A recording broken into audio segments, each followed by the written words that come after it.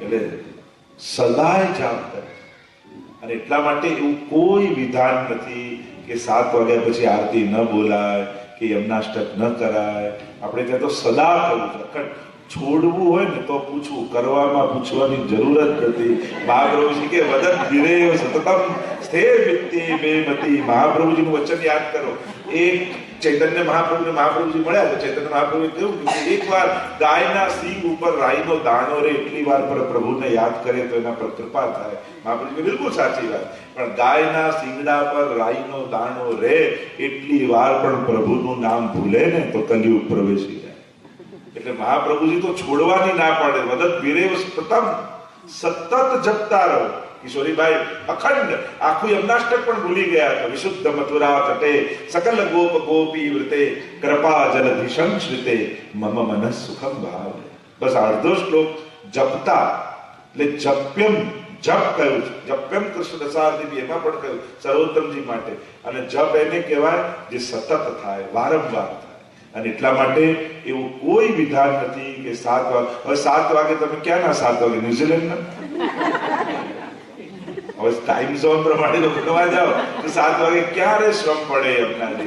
એ તો આપણે ત્યાં તો કહ્યું ને, નેહ કારણ શ્રી યમને પ્રથમ આઈ ભક્ત કે ચિત્ત કી વૃત્તિ સબ જાન કે તાતે અતિ આતુર જુદાઈ. એ તો દોડીને ઠાકોરજી આવ્યા એના પહેલા યમુનાજી દોડીને આવ્યા. કારણ કે ભક્તોને જાણે છે ક્યાંક સંસારમાં ભટકી ન જાય અને એટલા માટે ભક્તોને ભક્તિમાં પકડી રાખવા શ્રી યમુનાજી ભૂતલ પર પધાર્યા છે. એટલે એટલા માટે એવું કોઈ વિધાન નથી કે આટલા વાગ્યા પછી ન બોલાય કે આટલા વાગ્યાથી બોલાય. સતત બોલવું. હા, પાઠ અને સ્તોત્રનો એક એવો વિવેક છે, કારણ કે આપણે ત્યાં એને સ્વરૂપાત્મક કહ્યું છે.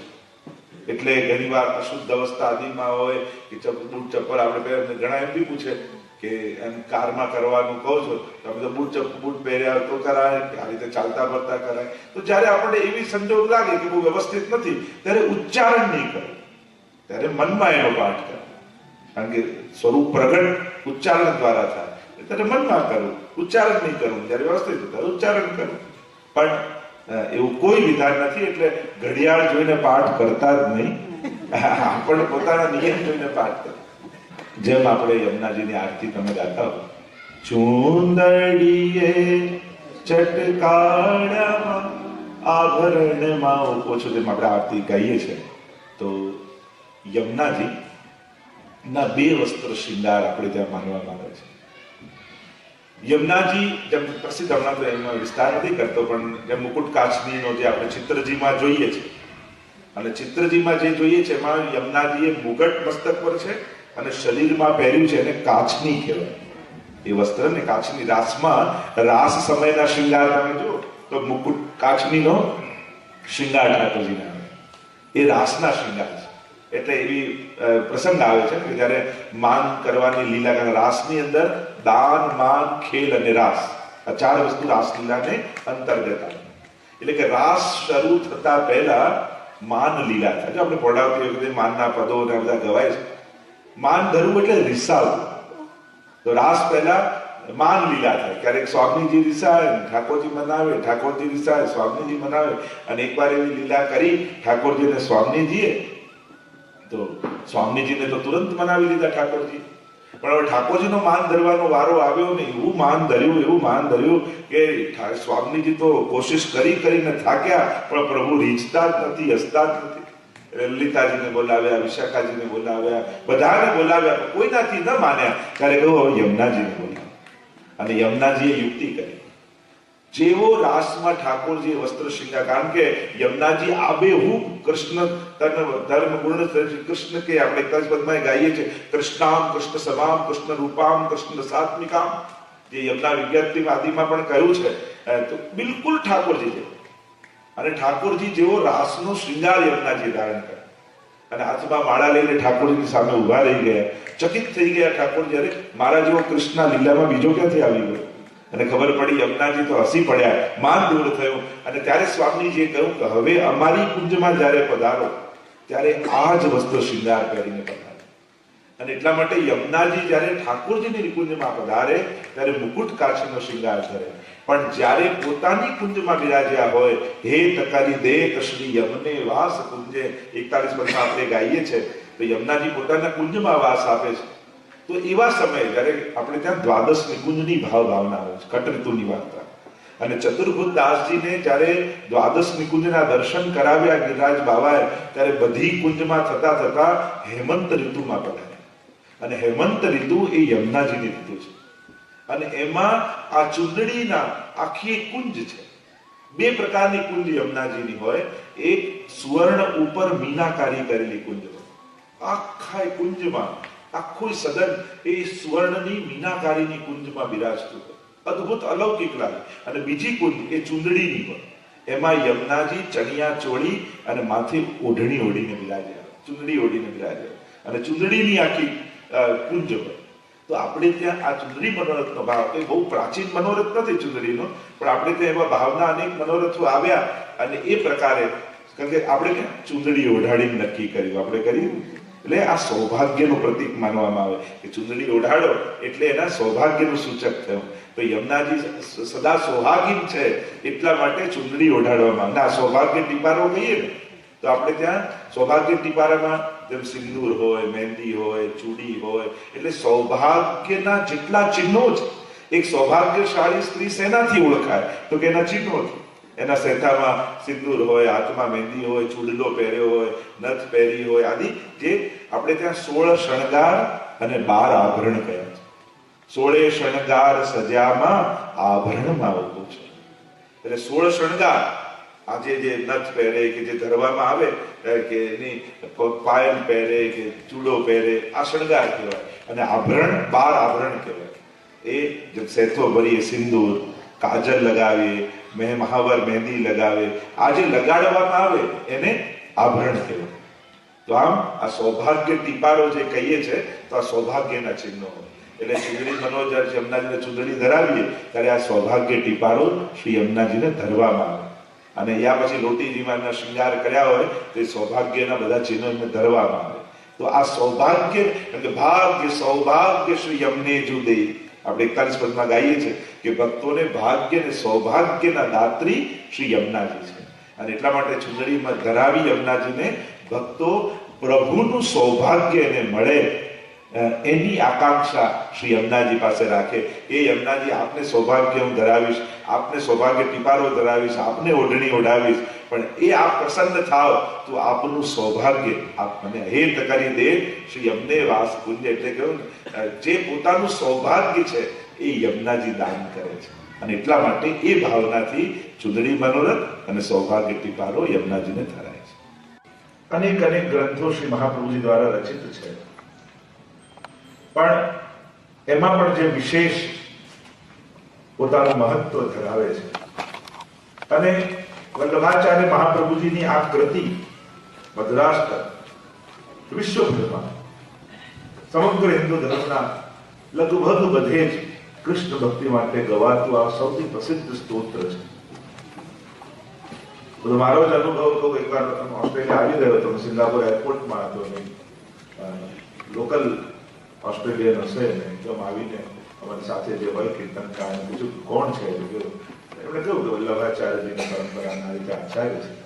અને ત્યાં એરપોર્ટ ઉપર એને સાષ્ટાંગ દંડવત કરે અને પુસ્તક કાઢીને બતાવ્યું કે આ મદ્રાષ્ટ્ર મને શીખવાડો. બધું અહીંયા એરપોર્ટમાં તો પોસિબલ નથી, પણ જ્યારે મળીશ ત્યારે જરૂર ચર્ચા કરીશું. પણ એના હાથમાં વલ્લભાચાર્યજીનું નામ આવતા મદ્રાષ્ટ્ર એને કાઢી પુસ્તકમાંથી મને બતાવ્યો કે હું રોજ આને ગાઉં છું, મને બહુ ગમે છે. તો આ મદ્રાષ્ટ્ર સુપ્રસિદ્ધ છે. અને ભારતમાં તો ભણવાના ક્રમમાં પણ, પાઠ્યક્રમમાં પણ સંસ્કૃતમાં એનો સમાવેશ કરાવ્યું છે. એટલે વલ્લભાચાર્યજી એના શિષ્યો તરીકે આપણને બધાને ગૌરવ પણ છે કે ભારત વર્ષની સંસ્કૃત પુસ્તકોમાં મધુરાષ્ટક ભણાવવામાં આવે છે.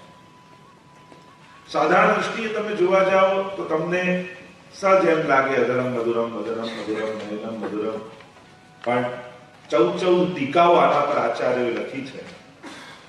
ગૂઢતમ પ્રભુના સ્તોત્રોમાંનું આ એક સ્તોત્ર છે.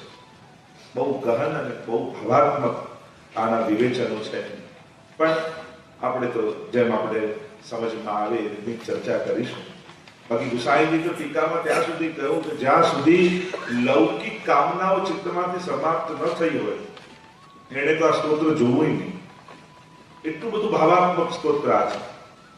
પણ હવે જયારે ભારતના મૂવીમાં પણ જો આ સ્તોત્ર ગવાયું હોય ને એ લેવાઈ ગયું હોય અને આપણે એનો લાભ ન લઈ શકીએ તો વાતો તો ઘણી બધી ગહન અને ઘણી બધી ચર્ચાઓ છે. પણ આપણે જે રીતે સમજાય અને આપણને સ્પર્શે એ રીતે આનું રસ દર્શન કરીશું. નામ જ છે મધુરાષ્ટક. તો મધુરા અષ્ટકમ. તો મધુરા એટલે કોણ? ટીકામાં આચાર્ય કહ્યું મધુરા એટલે રાધા અને એના અધિપતિ અખિલમ મધુરમ. એટલે આખા ભાવાત્મક ક્રમમાં જે મધુરા એટલે રાધા છે અને એના અધિપતિ શ્રી કૃષ્ણ એ મધુર છે, એની ચર્ચા કરી છે. તો ત્રણ શબ્દ આ પુષ્ટિ ભક્તિમાં કૃષ્ણ ભક્તિમાં સમજવા જેવા છે. એક છે પ્રભુનું ઐશ્વર્ય, બીજું છે સૌંદર્ય અને ત્રીજું છે માધુર્ય.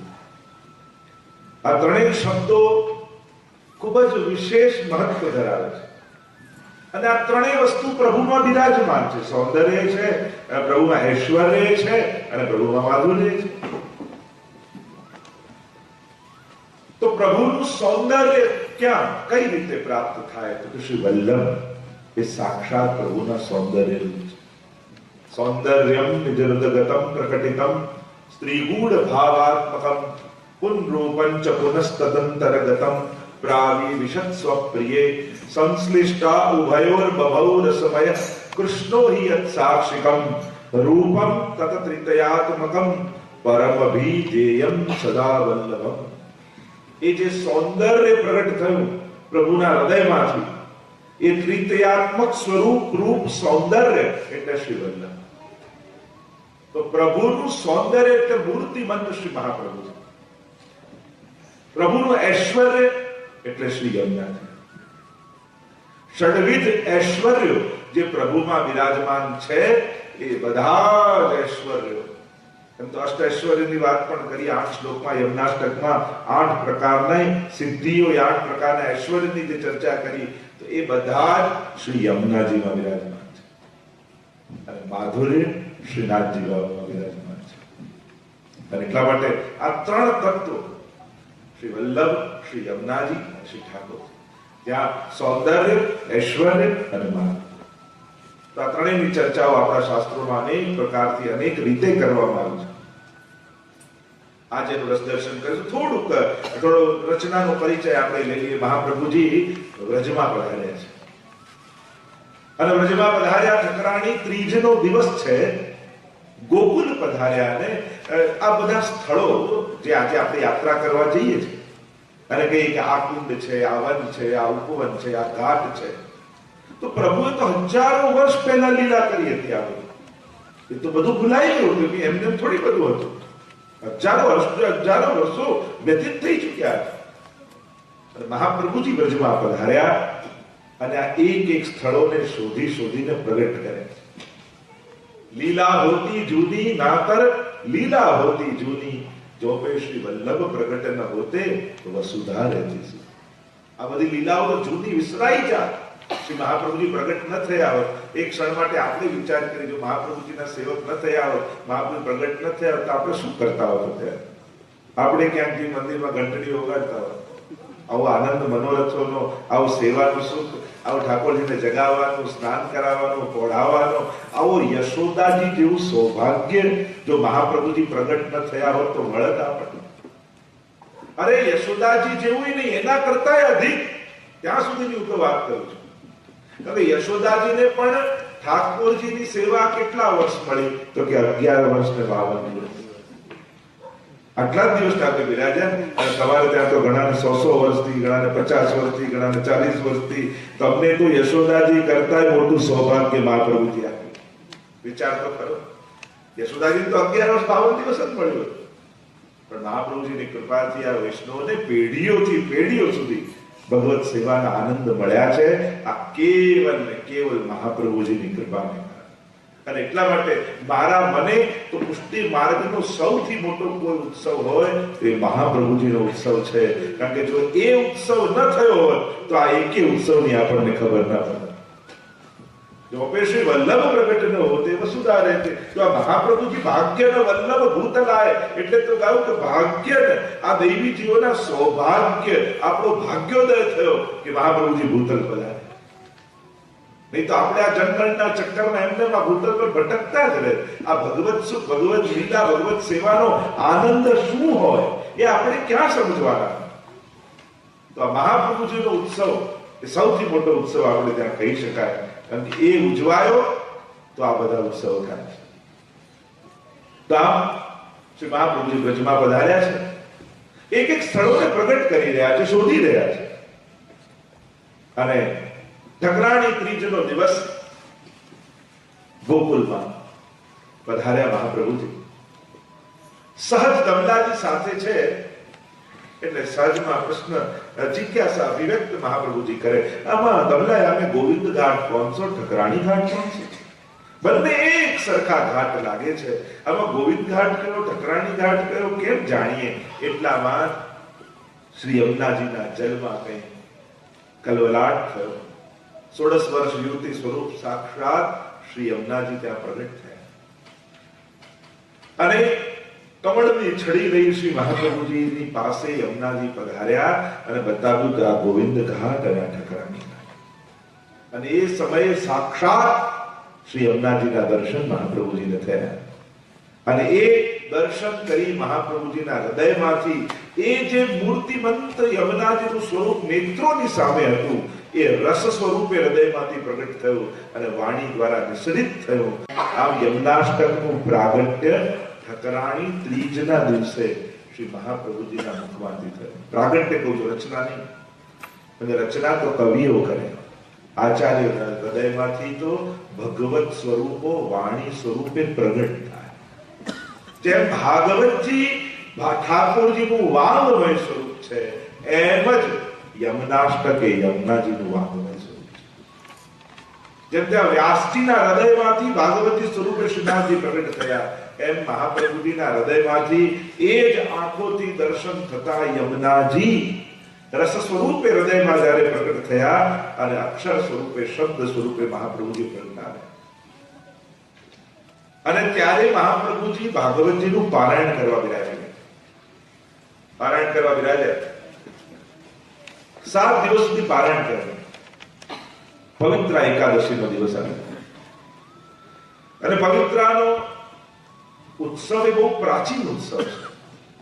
વેદ શાસ્ત્રોમાં એનું વર્ણન છે.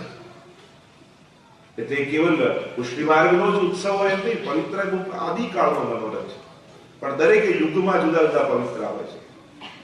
પવિત્રાનો દિવસ છે એટલે મહાપ્રભુજીએ 360 તારનું સૂતરનું પવિત્ર સિદ્ધ કરાવી રાખ્યું છે.